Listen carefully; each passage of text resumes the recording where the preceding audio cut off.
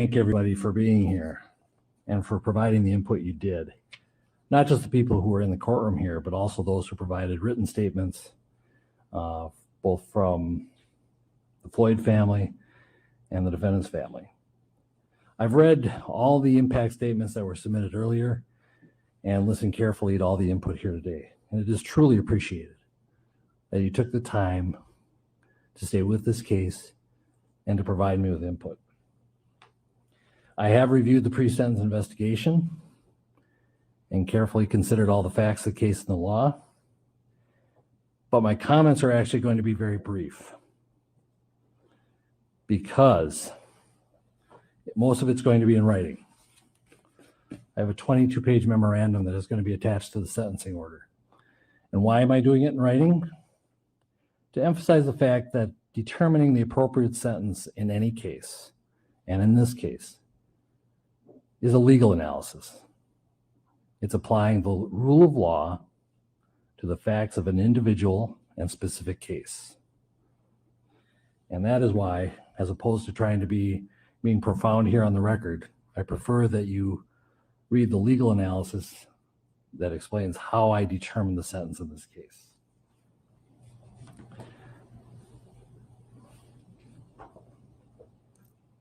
What the case is, or what the sentence is not based on, is emotion or sympathy. But at the same time, I want to acknowledge the deep and tremendous pain that all the families are feeling, especially the Floyd family. You have our sympathies. And I acknowledge and hear the pain that you are feeling. I acknowledge the pain not only of those in this courtroom, but the Floyd family who are outside this courtroom and other members of the community. It has been painful throughout Hennepin County, throughout the state of Minnesota, and even the country.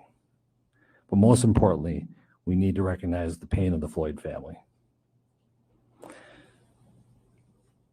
I'm not going to attempt to be profound or clever because it's not the appropriate time. I'm not basing my sentence also on public opinion. I'm not basing it on any attempt to send any messages. A trial court judge, the job of a trial court judge is to apply the law to specific facts and to deal with individual cases. And so,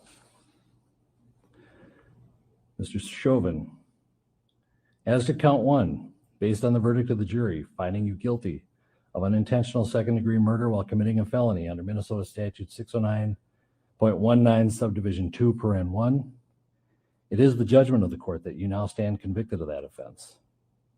Pursuant to Minnesota Statute section 609.04, counts 2 and 3 will remain unadjudicated as they are lesser offenses of count 1.